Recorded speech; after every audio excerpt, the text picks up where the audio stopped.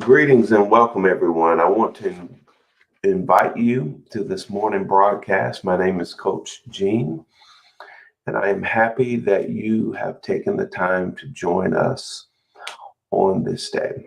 Um, on this episode, we're going to highlight the term called decision space. All right. I'm just going to simply provide you some thoughts in terms of what decision space is, just a few descriptions of how it can be used and developed. And from there, hopefully, you'll be able to take those different perspectives and leverage that in your personal as well as your professional life. All right, so let's get started. Decision space. First of all, it really sounds like the two words that makes up the term. One, you're going to be making decisions. Two, you want to provide yourself space. So, decision space is the space in which you make decisions. All right. We know that in life, there are some decisions you're going to have to make what we call snap decisions, in the moment decisions. There's no time for any forethought. There isn't any time for planning or preparation. The context, the environment, the conditions demand that you make a decision on the spot. All right. So in those times, the decision windows are very small. All right. And you have to make that decision the best you can with what you have to make decisions. On the other side of the spectrum, maybe you have foresight, you have some type of warning, some type of note that says, here's something that's coming down the road, and you have an opportunity to maximize your ability to make decisions. So you have a longer range of time to make decisions. All right. Now, it's going to be very different between making a snap decision or in the moment decision versus making a decision over time. Now, here's what I've learned, um, you know, with my experience within the workplace. Oftentimes, what generally happens is whatever your tendencies are generally overrides um, any other condition that may exist. For instance, if you're used to operating within that short window and you thrive on making snap decisions, you may find yourself having being afforded a long range of time, but based on those tendencies, based on those behaviors, you may prolong or delay or defer that decision making space until you reach that point to where you don't have any decision at all, and then you end up making a snap decision. On the other hand, if you like having all the pieces together, you like to know as much about what's going on as possible. You may be that type of person, or you may like um, just simply not making a decision, feel very uncomfortable making decisions in the moment, and therefore sometimes don't make a decision at all. All right. But what we want to do is take this information that I'm going to share with you, and we want to leverage being able to make both in the moment decisions as well as long term decisions, to have that balance of decision making space. All right, so let's get started. So I have a diagram in front of me, and I'm just going to speak through it at the moment. So, some things to consider when we're talking about decision space. We're looking at the width of the information that's available to us, the width. So, how much, how many different areas are we looking at as it pertains to this particular decision that we're going to have to make? So, if you're in a shorter window, you're not going to have as much time to consider a wide range of issues. All right. And so, therefore, A lot of what you're going to be doing is estimating, and even more so, you're going to be making decisions based on previous experience or previous knowledge. All right. So when you're short a window, you're going to be relying very heavily on previous information and previous experience to help you make the best decision possible. All right. So we're talking about the different number of areas as it pertains to a decision. Also, another area that we want to focus on is the depth of what we're looking to make a decision upon. So, how deep, what is the different layers as it pertains to the decision that we're embarking upon. Again, if you're in a shorter window, you're not going to have time to really go multiple layers down or multiple layers up to try and understand the full range of the decision that you're trying to make. All right. And again, you're going to rely heavily on previous knowledge and previous experience to help you make the best possible decision in that moment. All right, two more things. And then the next area, third area to look at is the amount of detail. Detail. There's some decisions that if the intricate details of that decision matters, and to miss elements or pieces of information could be critical in terms of making a smart decision or a decision that's not going to move you to the results that you're trying to get to. All right. And again, I want to just reiterate that point.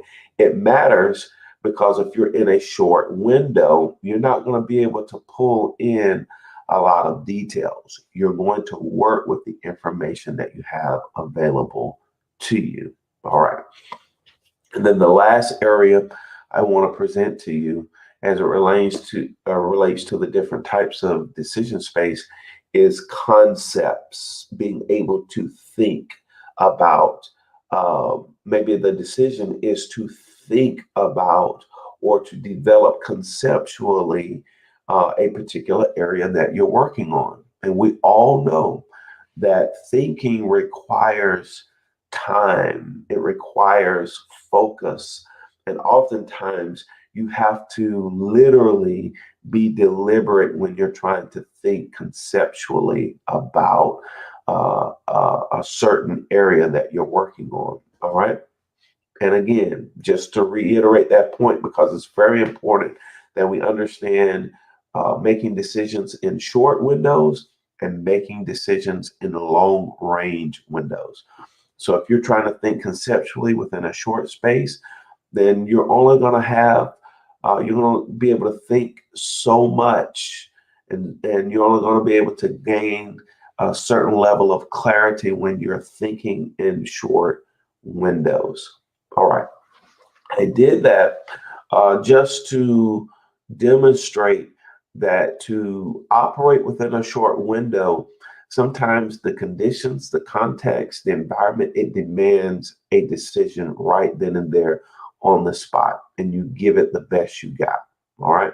But when in giving it the best you got within a short range, you have to understand that unless you're pulling from a place that where you're able to gain like high value decisions that you know have been tested and tried, information that you know is accurate, and that will get you certain results, then you have to know that to operate in that short window, you're only going to be able to gain a certain level of effectiveness, efficiency, and accuracy. All right.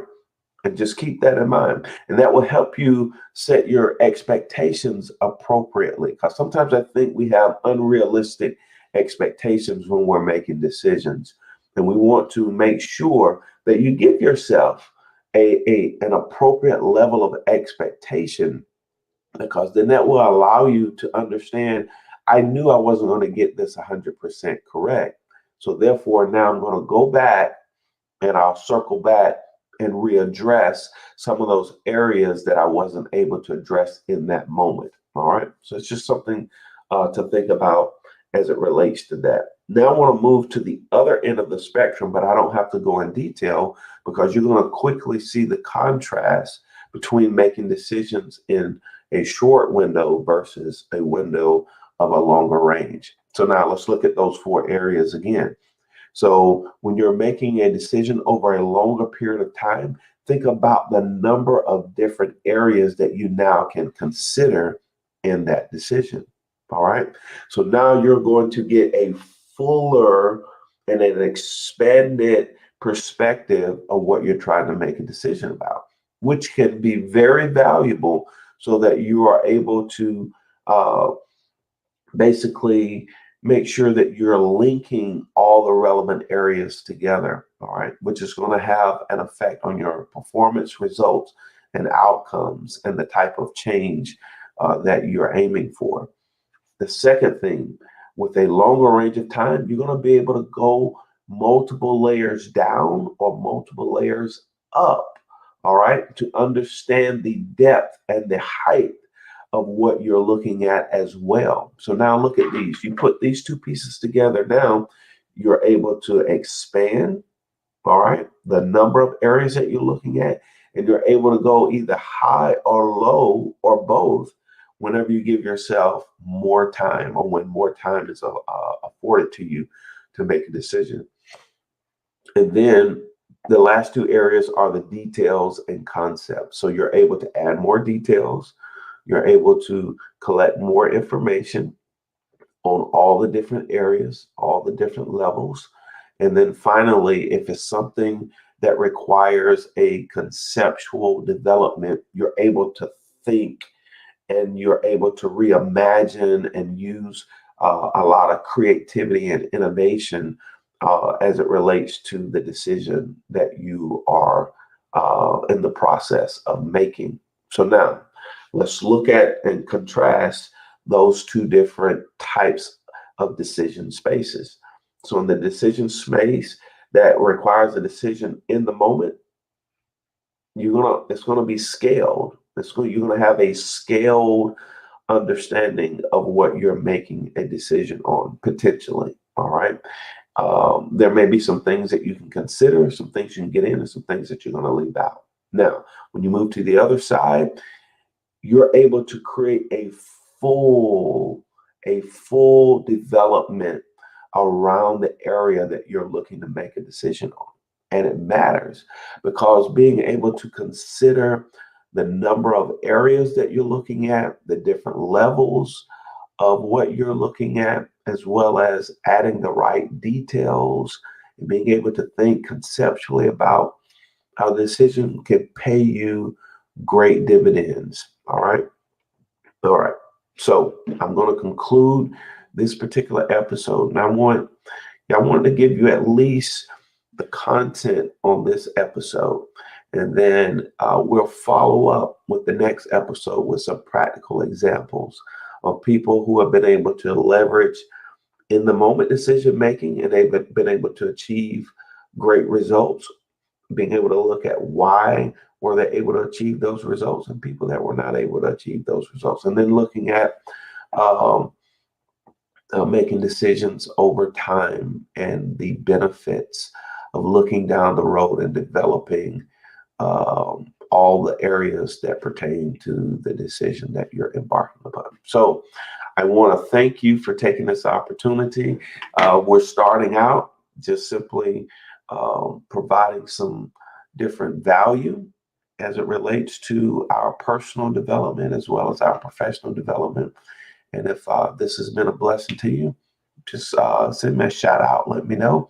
And if there's some areas, some topics that you're interested in, share those with me as well. And we will develop content around those areas that you're interested in as well. So again, thank you for taking the time. My name is Coach Gene. You'll be hearing a lot more from me in the days and weeks ahead. But I hope you have a very blessed week and a very blessed day. Until next time, you all take care.